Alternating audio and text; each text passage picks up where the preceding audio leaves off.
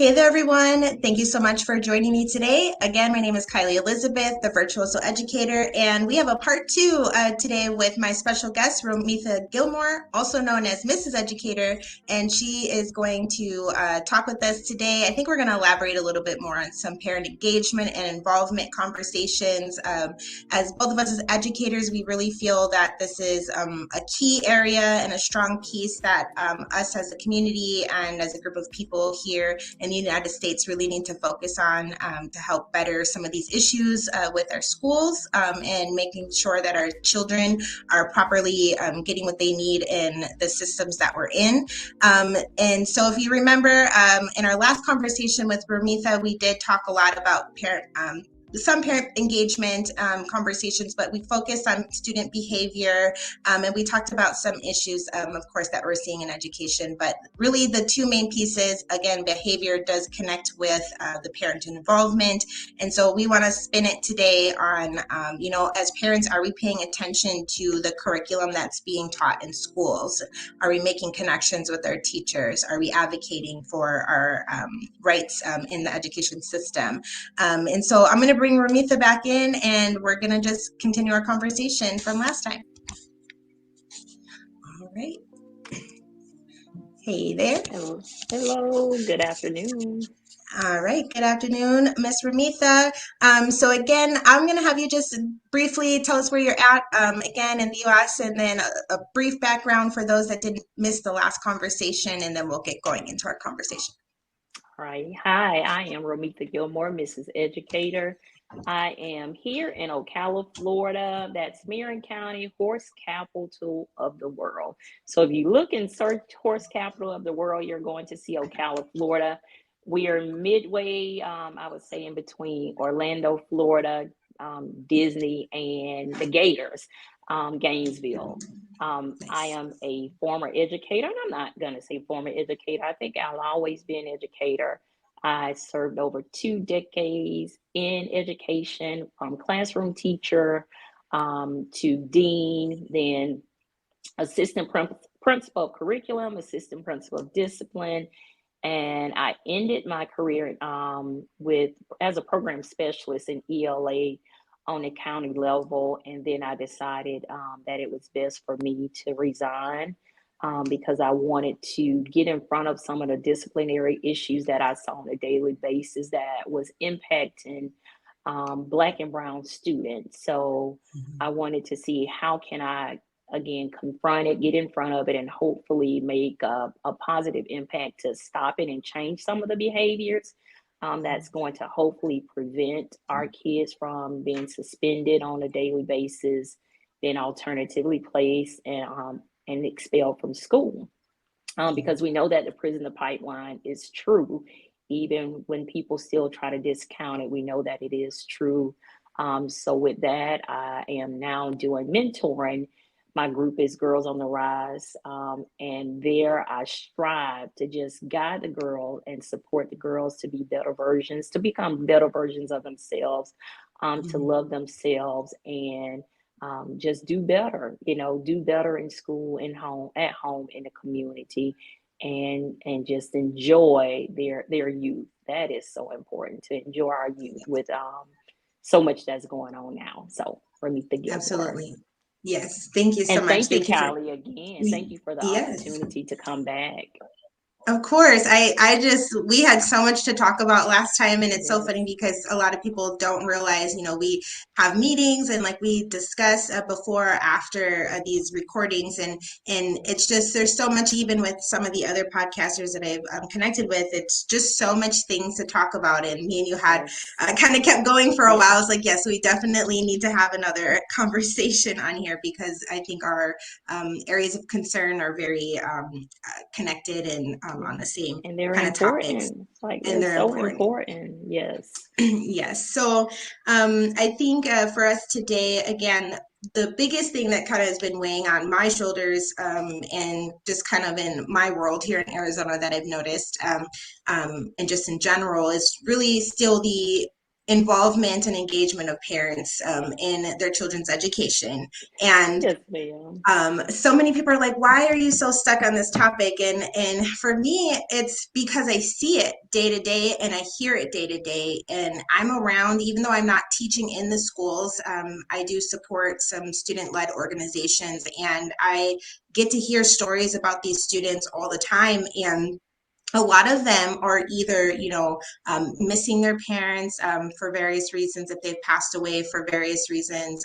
A lot of them, don't have strong connections with their parents. And again, these are high school students, but Mm-hmm. don't have strong connections with their parents. And a lot just kind of feel like isolated, like they were to take on their own education by themselves without the support of the parent for various reasons, or guardians too, right? So I'm not excluding guardians, because we know not every child has a parent, but just the caretaker of that person that's supposed to oversee, how are things going with their children in their education, and just to really kind of tap into, there's so many changes happening across the U.S.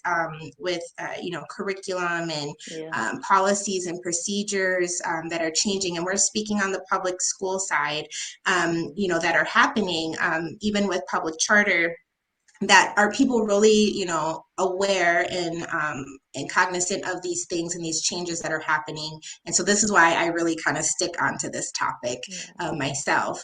And then I know you, Rometha, want to establish your parent group. I'll let you speak on that a little bit to kind of talk about those. But why for you is the topic of parents' engagement involvement important? I think parent engagement, it there is such a direct connection with the engagement of parents and the success of students.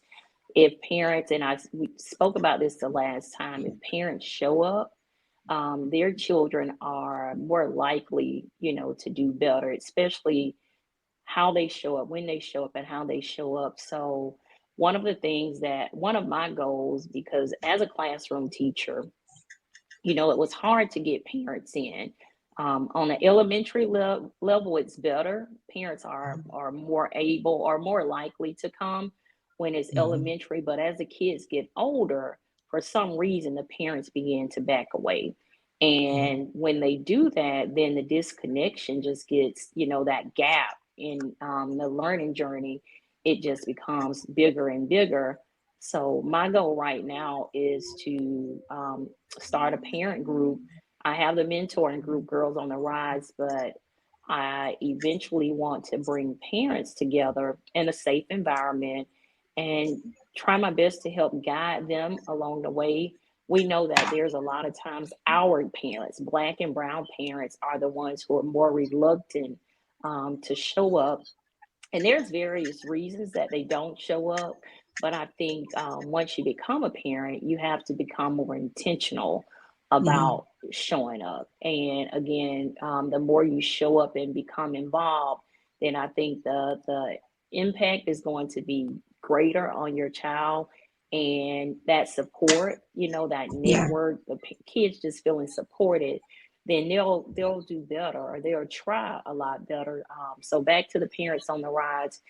That just this past Saturday was our first meeting, and it was Mhm. in a low community housing complex. And I just wanted to bring the parents in, to give them time to just wind down, kind of relax. So I titled it as a brunch. So I was like, just let's come out and have brunch, and then we can talk about education, and then we can paint. And I told them, I say, instead of paint on a twist, we're painting up with a brunch on a budget. Mhm. But it was a good turnout there. I had about 9 parents to come, and I think that is a huge turnout when we're talking about low income community where parents generally don't show up, but they come when they feel that people care. So I wanted Right. to go to their environment, and I think that's one thing we're missing also in education. There's not Mhm. many educators and school leaders who are willing to meet the parents where they are. And for myself, that particular community that we were in, I actually grew up out there. My aunt lived out there for quite some time. So me going back and giving back to that community, I feel that that's something that God wants me to do. And out of that one visit or that one event on Saturday, now the ladies are like, hey, we need to do this twice a month. And I'm like, okay, that's a lot.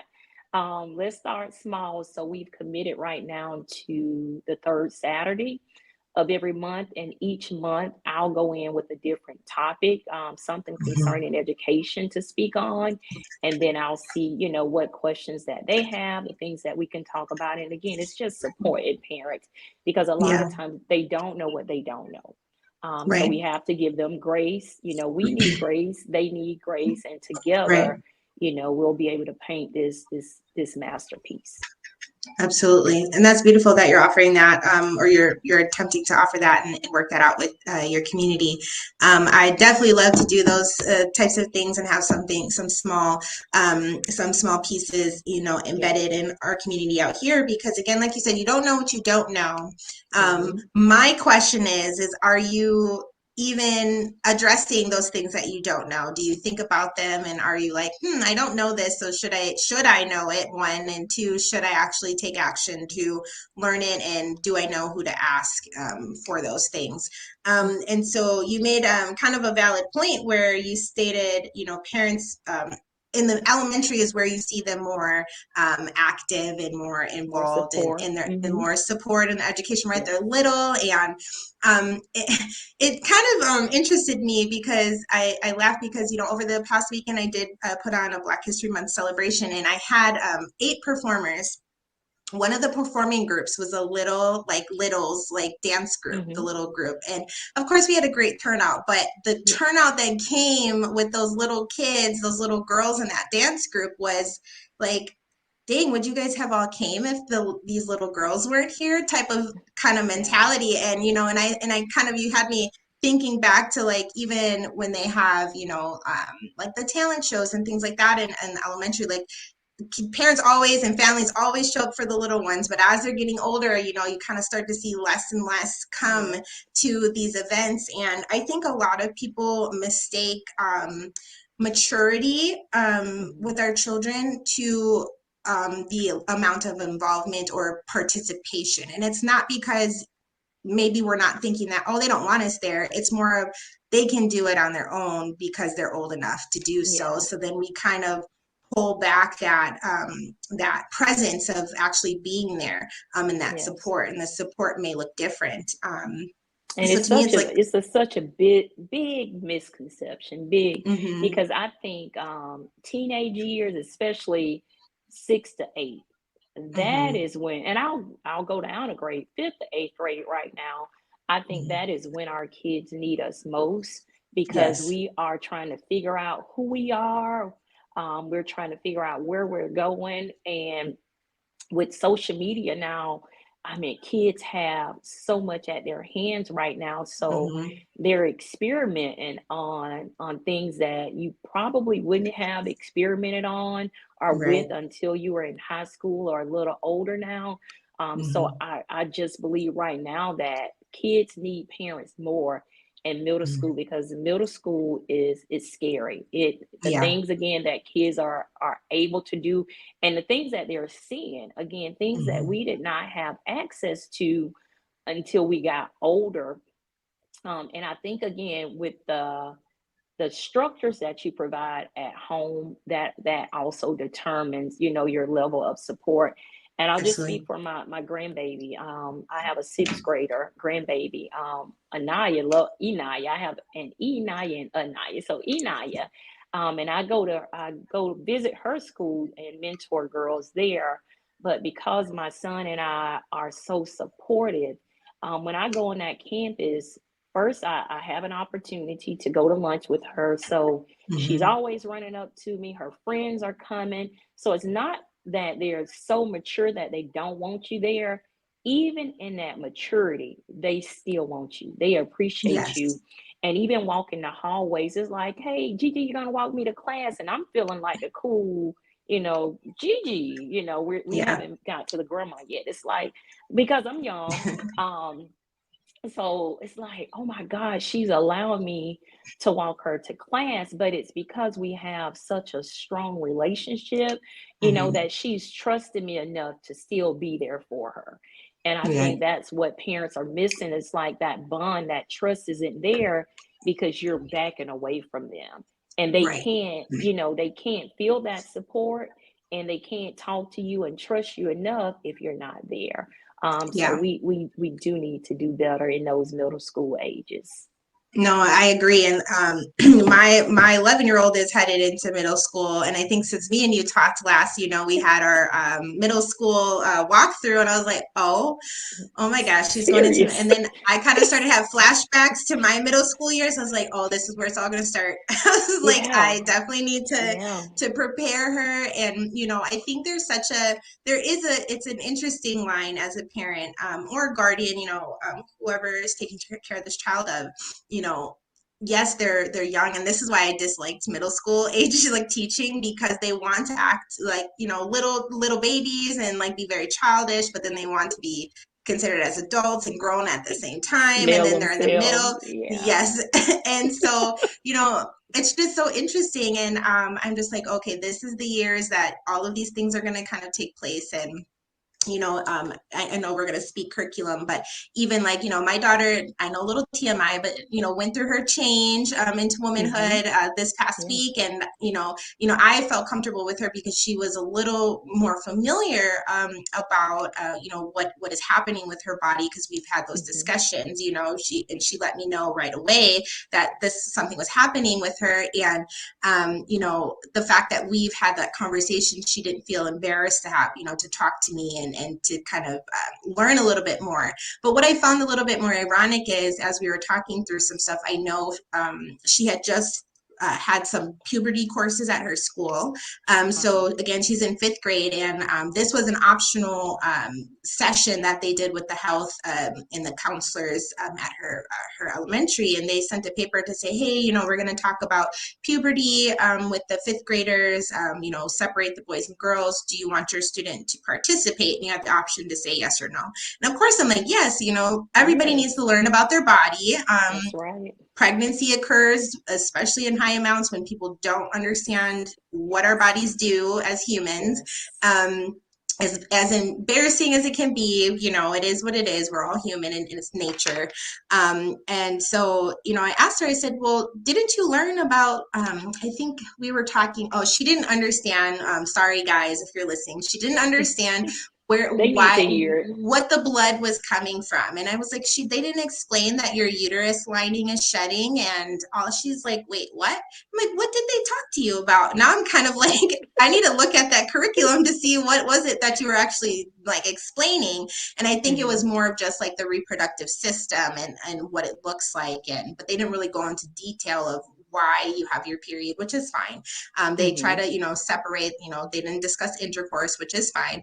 And up Uh-huh. until last week, I didn't either with my child, because I know a lot of people are like, oh, I don't want to bring it up because then they're going to be curious and they're going to start looking. And for me, it was like, yeah, I don't need her to look up nothing online Yeah. um, and But when see you some don't things. discuss it, Mm-hmm. again, I think that it's it does a greater harm. And I'll just speak for Mm-hmm. myself.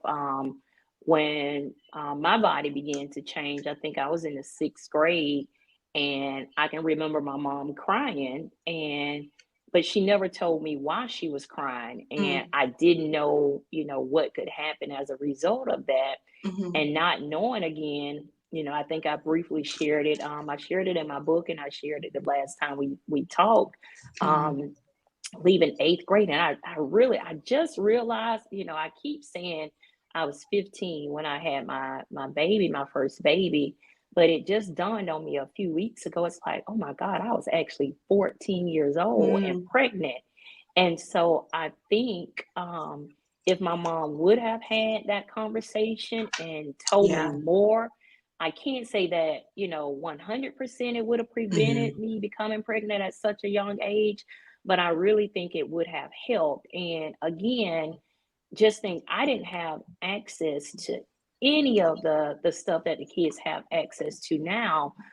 So there's a lot more kids who are engaging in those activities and stuff out of curiosity, Mm-hmm. because they have it on social media now, and they're seeing it at a lot younger age now. I mean, you have elementary kids who are exploring, they see a lot more now. So I think having those conversations sooner than later helps, especially I would Absolutely.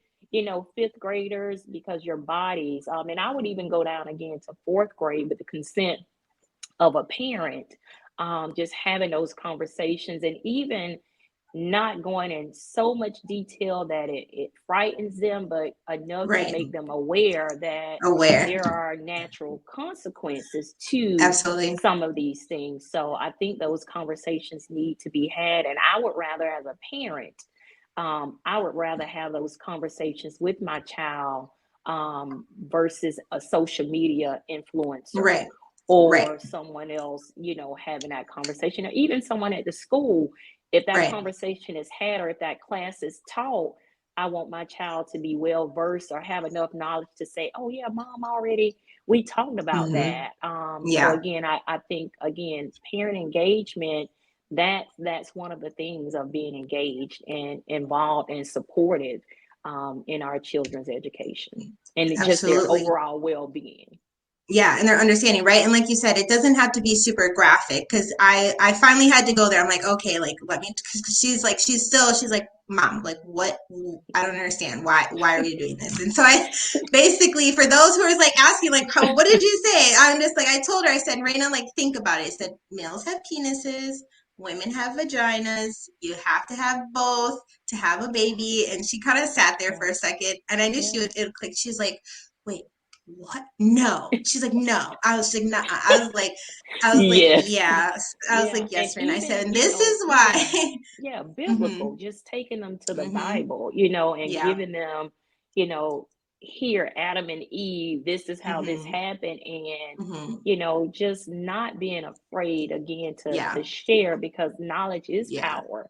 And the Absolutely. lack of knowledge, Yeah. we suffer from that. So, Absolutely. and I think now again, I'm grateful my kids are grown, because Yeah. it is scary, but Yeah. at the same time, these are conversations that really need to be had. And I Absolutely. think again, with me and the mentoring, I don't share everything with the girls, but I'm at a point now where I give them enough to just let them know that if you engage in this, you're hmm basically giving up your youth, your childhood. Because again, as a Yes. teenager, there were things that I couldn't do that my friends were doing, because I had this baby that I had to take care of. So again, Yes.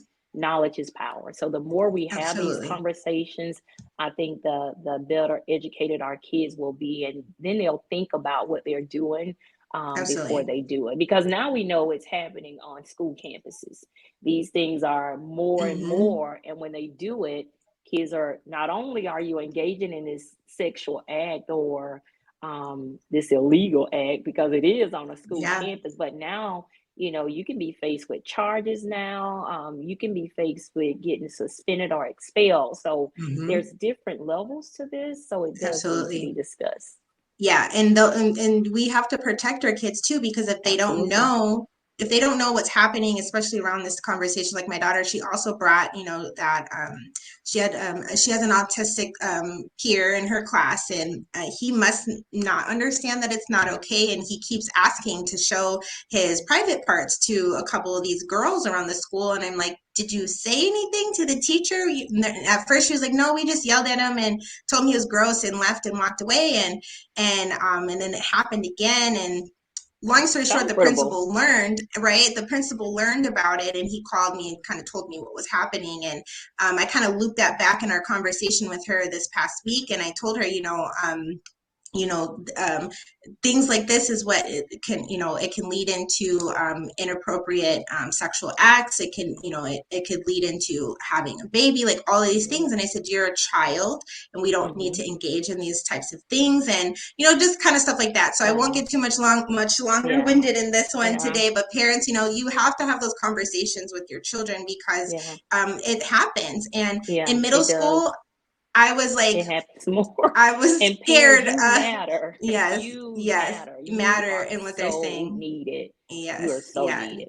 Don't shy away from that. And I think another side of that too is I was reading in one of my parent Facebook groups. A parent came in there anonymous, and she said, my eighth grader has been in this relationship with this girl. I think they were both 15, 14, 15.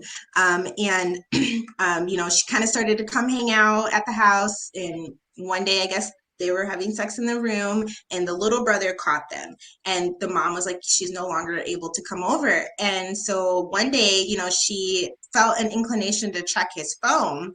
And Mm-hmm. basically, it seemed to appear that this young boy and his girlfriend were plotting against the mother to endanger her, like to cause Oh, her wow. harm because they want to be together, kind of like a Romeo and Juliet. Like they're not A gonna make us lifetime, not be together. Like we're gonna be lifetime together, movie. and I'm just like, oh my word. And she's like, Wow. should I be concerned? And I'm like, yes, you should be concerned. Yes, Your absolutely. child is and so it all Absolutely. ties back into the mental health, Mm-hmm. and because of what these Absolutely. kids, the content that these kids are seeing on social media, a lot of it is very like dark, and it's very Yes. like Yes. emo aggressive, Right. and not to say negative on any of those genres, but it's just like when kids don't understand how to balance a right and a wrong, and Yes. and they kind of get sucked into that, this is my girlfriend, I That want to be with world. her, in that Yeah. world. It's like that's Yeah. scary, and I'm like, yeah, you need to have those conversations with that You girl's do. mother. Yeah. And you guys need to get your kids some help here because that's not Yeah. okay. So And I just think something as baseline also as that. with that, and I know a lot of people don't like to talk about it. And I mean, I will talk about it, not only, the boyfriend, girlfriend, but Hmm. the girlfriend. Kids are Hmm. experiencing that at a Yes. much younger age. And it's like, you really don't know who you are, in middle school. Again, you're coming to find who you are. Um, and some of those and again, however a parent decides to deal with their child when it comes to their sexuality, that's on the parent. But I do believe that we have to have conversations again surrounding those things, because these kids are experimenting now, because they see things, they're seeing it at such a young age now. And it's like, again, I go back to Bible. This is what the word of God says. This is what God says about these things. And it's okay to have those conversations with our kids, because until they become of age, these things just need to be discussed. And I don't know, Callie, if you are gone or not, but have I lost you? Uh,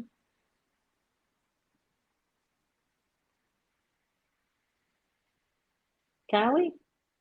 It says recording, so I'm here, but I don't see you, so I'm not certain.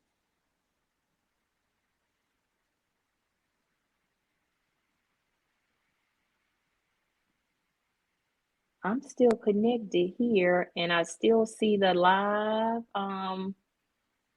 My connection is good. Alrighty. I am so sorry about that. I'm looking, I'm like, my connection I'm is like, good, so I'm not yeah, certain. I definitely lost. Okay, well, it's still going, so that's good. So we're gonna back up to what you were saying, and then I'll be sure to cut that whole gap out that was right. Okay. Okay. Um, okay, so you were talking, sorry, you were just mentioning that that it's important, for for parents, because, it's, kids It's not engaging just the in yeah, just not the heterosexual, boy yeah, exactly. It's not just the Hmm. boy girl, anymore. It's the girls on girls. And again, it's scary because these kids really, you really don't know who you are right now. Right. And now you're going to explore. And I'm speaking from experience. I have family members who, go both ways, and I love them.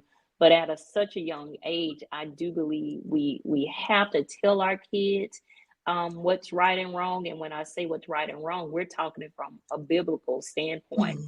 And I know not everybody stands on Bible, but I do. I believe Hmm. the Word of God. So I think we need to teach them that, because those things also take them down that dark road. Yeah. They're not knowing, can actually cause more harm and danger in the long run. So we just have to be careful with that. And again, I recently had a family member, just, oh, I'm just experimenting. And I just said, I was like, look, if you want to experiment, we can go do a science project, or we can go somewhere and do experiments. But Yeah. that's not something to experiment with and just take lightly. Yeah. So again, it just comes back around to that parent engagement, and just having those conversations again, Hmm. about all the things, not Yeah. trying to hold certain things from them, because Hmm. that's when they become a little more inquisitive about things that they're seeing now on social media. Yes, absolutely. And for me, I don't follow a specific faith or religion, and that's just kind of a personal thing for that I've dealt with my entire life. But I do definitely speak with my children on, I was gonna say I do.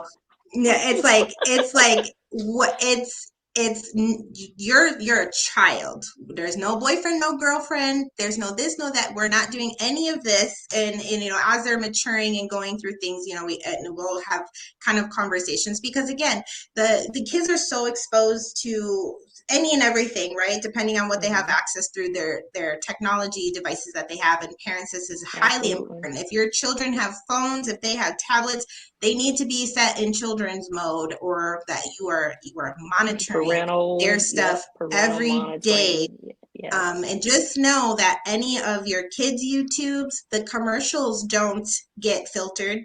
that's I saw a right. whole condom commercial on my That's child's right. child's YouTube Yeah, channel, like crazy. And so it's just like, just because something says it's kid friendly doesn't yeah. mean it is. So you really need to pay attention, because even when it came to for my daughter, like I was looking like, oh, what's a good video I could show her really quick, just so she could visually see something. Even that content about about menstruation, like it was just weird, and it was awkward, and it Hmm. was just like, you're explaining it in this weird of a context, like this isn't okay. So, just really paying attention to everything that these kids are seeing, down to the Absolutely. music, down to, because music is not Yeah. censored anymore. I don't know if you guys are Yes. catching more and more curse words on, even on the Oh radio. God. Yeah. And That's. it's But just, even we have when we think now, we have even public figures that are mm, out there. So it's mhm, it's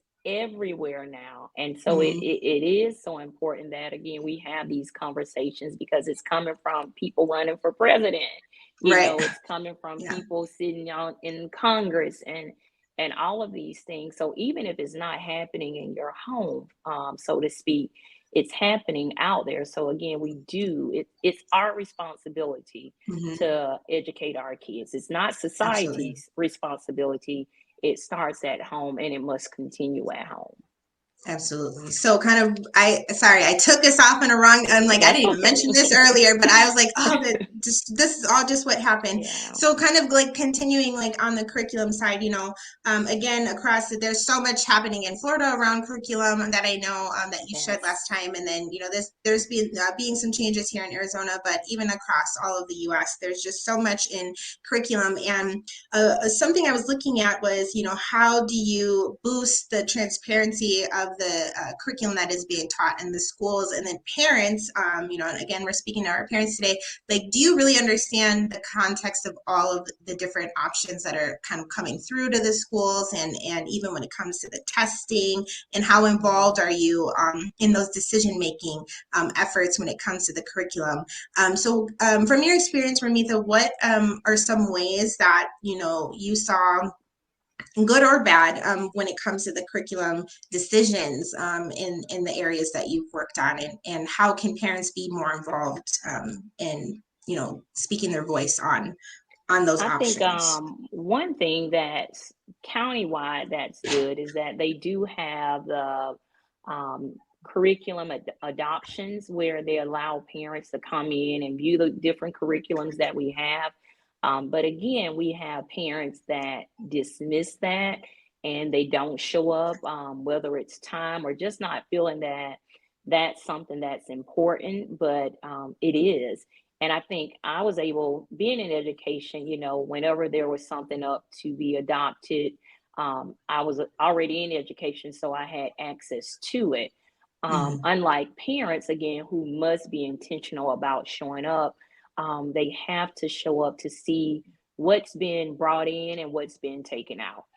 Hmm. I think if we're honest, there's sometimes a lot of things that come into our districts. Not to say that it's good quality curriculum, but it could be because somebody is connected to somebody, if that makes Hmm. sense.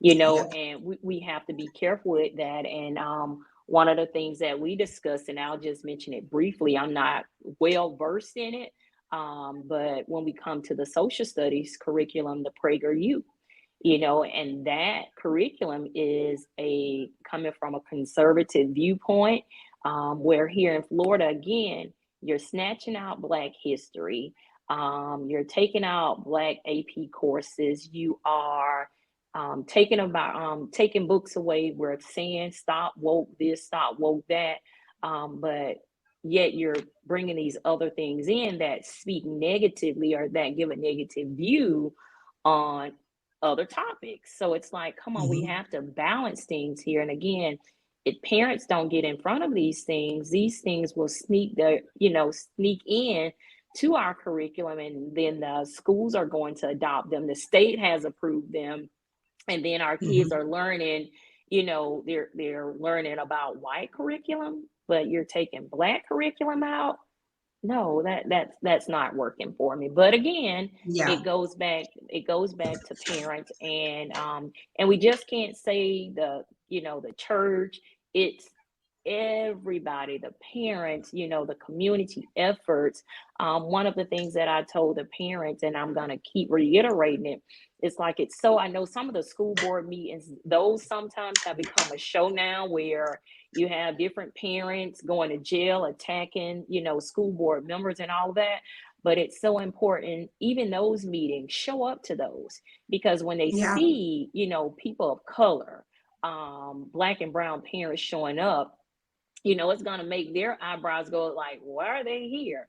Because we Hmm. need to hear. We need to hear. We need to be in the know of what's going on. And even if you're not able to attend for its entirety, again, show up, listen to some of the things, go back and watch the YouTube videos, so you can be well versed of what's coming in, Hmm. through those schools. Because again, you have stuff coming in through social media, you have things coming in through the schools. And if you don't know about either, then where does that put your child? Absolutely. Everybody's educating your child but you.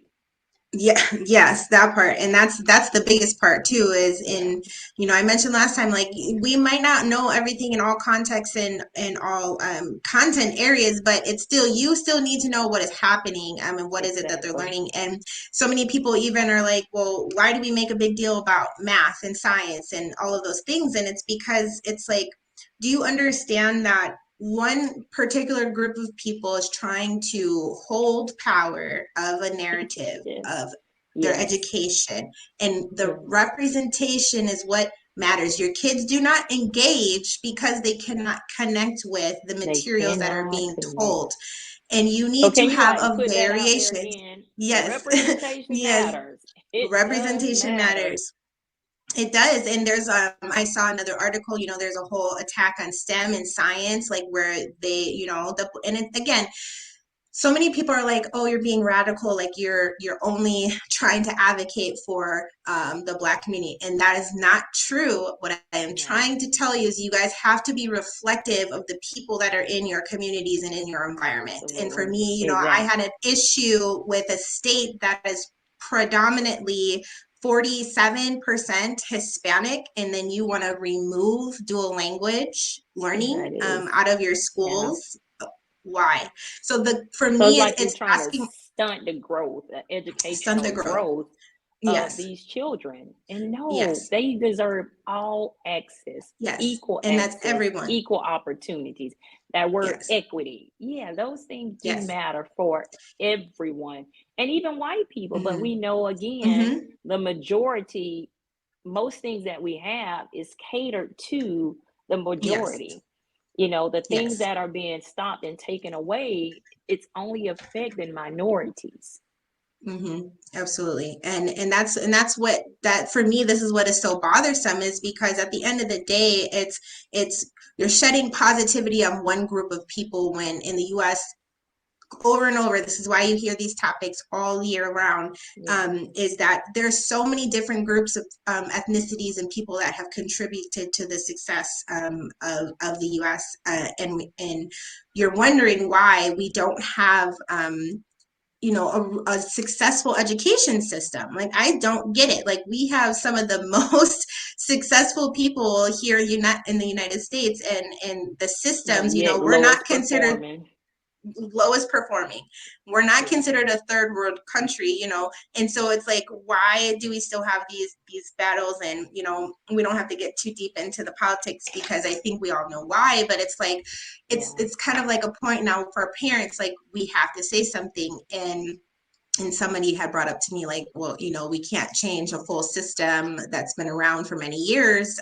So maybe it's like separate. But I'm like, we don't want to we don't want to go back to segregation, No. because that does nothing for anybody. Because at the end of the day, we are all living in this world together. We have to Exactly. know about everybody, like, and the good and the bad. And I mentioned that before. Like It's so we important. all matter. We all Yeah, matter. And we may absolutely. not be able to change everything in the course of a year, but if Right. we take small chunks, just like in the classroom, you chunk different information. If we Mm-hmm. attack things or we address things in chunks, Mm-hmm. for the better of all, then yes, we can fix the broken system. But as I Yeah. stated the last time I think I was here, in education, you always hear that little phrase, we're moving in the right direction. And it's Mm-hmm. like, if we're moving in the right direction, why are we still the lowest when it comes to performance? Why are we Right. always the lowest subgroup? And I had a lady actually in Texas, I collaborated with some women on Fridays, and she was like, it is moving in the right direction. Things are moving in the direction that the majority wants it to move in. And I was like, Mm-hmm. oh my God, wow, that is so powerful. I was like, I never thought about it like that. But if we stop and we think about when they're saying things are moving in the right direction concerning education, it's like it's moving the way that you want it to move. Because I've been in education again 2 decades, and Mm-hmm. every year, Blacks and Hispanics had the lowest reading rates. Black and Hispanics had the lowest math rate. Blacks and Hispanic had the highest discipline rates, the discipline referrals. So it's like these things are not changing. And if No. we're looking at the whole child, for every child, white, black, Hispanic, Indian, then these things, we would see some things increasing while other things are declining. But that's not the Right. case. That's not the Right. case. No, they're not. And like you said, it doesn't make sense to me. So, and that's why I keep asking, well, why? Like, Yeah. why, Yeah. why are they doing this? So I Yeah. don't know if we're ever going to get that I complete don't know if answer. we'll They're have never an going to answer to tell why. you straight to your Yeah. face. But, I But think we this know, again is we get the why, picture. yeah, we get the We get picture. the And picture. so But at for, the end of the day, again, education yeah, matters, and yeah, education matters to all. And that's what I've always absolutely. told my boys. Again, three black boys, and I've always told my boys, education is so important. That is the Hmm. one thing that they cannot take away from you. That Right. is your path to freedom. And I think that was Malcolm X or somebody. Yeah, Malcolm X. There's a quote from somebody like, Hmm. education is your pathway to freedom. And it's like Hmm. you need that. You really need your education to help you go further in life. Doesn't Yeah. necessarily mean that you're going to go to college and get this 4-year degree, become a doctor and all these things, but still the knowledge, Yeah. the power that you're going to have, just from being educated, it goes a long way. It helps with the way we speak, it helps with the way we think. It gives Hmm. us drive, to want more, because when Yep. we're uneducated, we become stagnant and we settle. And like I told those parents on Saturday, it's like through education, it gets you out of those housing complexes. Again, Hmm. I was born, raised in some of those. I've lived in some of those myself. I was on food stamps. I got the welfare check at the time. So I did all those things, but I knew that wasn't the life that I wanted to live. So through education, it allowed me to push forward and to not have my kids to come up in some of those environments that I came up in. So Absolutely. education, again, there is power in education, and education should look the same for everyone. Absolutely. Everyone Yep. should be on reading, the right reading level. We shouldn't have kids in 8th grade on a 4th grade reading level. Yeah. We Absolutely. shouldn't just be pushing kids through, to high school and they can't read, because when they finish school, what now? Yep. I don't have Yep. anything to stand on. So we have to be intentional about educating all students. Absolutely. And it's a cycle, and I forget where I saw this, but what he said was, it was so interesting and I never really thought about, right? So if you're stuck in a poor educational system, like you mentioned, some examples, but if you're in a poor educational system, you're in the system yourself as a student, you don't perform Hmm. well. Maybe you tap out of school early because you're just not gonna, you're in your fifth year of high school, and then you go off as an adult, something happens. This was just an example. You're incarcerated, then you get out of Hmm. jail, you have children, and then what happens? Your children ends up back in the same loop of, you put them right back in the Absolutely. same school district of where you just Absolutely. failed out of. And it's in that part of, we're putting our kids back into the same district, was like, wow, I didn't even think about that. Like, there's so Yeah. many people that do it, right? Because at the end of the day, and like I mentioned before, not everybody has the option to just move their kids around, to different Yes. districts, To depending on private their, schools yeah, and all so of that. private Yeah. school, homeschool. So we do have to count on the public education schools and the public charters to then educate our children. And so that's why I keep bringing up the question of, what are we doing to make sure that your kids are being, reflected in the curriculum that they're learning, but they're also getting what Absolutely. they need, from their teachers at all level. My kids' parent, school, their elementary is, having their parent teacher conferences, and my son's teacher, third grade, she pushed in there next week, and she pushed, the sign up again. She was like, hey, and we signed up already, but she's like, hey, we're just sharing this out in case you missed it. Like, not many signed up. So it's something as basic as attending your child's parent teacher conference. They give you Yes. a plethora of dates to go Yes. and have a conversation. And if you can't go and make that day, you need to set up alternative times that you can come and talk Right. to those teachers, make a phone call, do a Zoom call. There's I all was these gonna say, do options. it Like, Zoom. you Yes. don't have to be in person, but you still need to make that connection with those teachers to know and You have to understand, show up. what is happening with their kids. And if you want to go a little further, join the school board That's conversation or the right. PTA. We'll start with PTA, right? Because they have the Parent Exactly. Teacher Association. Make some, Hmm. suggestions and show up there. Yes. Go to the school boards. Every month, your school has a school board meeting. Go to the That's state right. level school boards. School That's board means right. they have to have them by governance. Like, you have all of these things that are happening every month all year round, and then at least quarterly for You your have to take children part. Yes. take part And and give again, a that's what voice. I said to the ladies again on Saturday. I even asked the question, is like, have you ever seen your child's teacher? Mm, There are so many parents who don't even know who's in front of their kids. And one yep. thing that we often, or we neglect to say in education, is that there are some teachers who shouldn't be in front of a classroom. Just Hmm. because they passed a test doesn't mean that they're quality to be in front of your babies. Right. So it's good to know. It's always good to put a face and a name together. So as you stated, show up, to the parent teacher conference or to the meet the teacher. At Mm-hmm. least show up to that. So if you have to call or if they call you, then you can put that name and that face together. And I even asked the parents, I'm like, when is the last time you've actually gone to a conference or the last time you reached out to the school before the school has to reach out to you?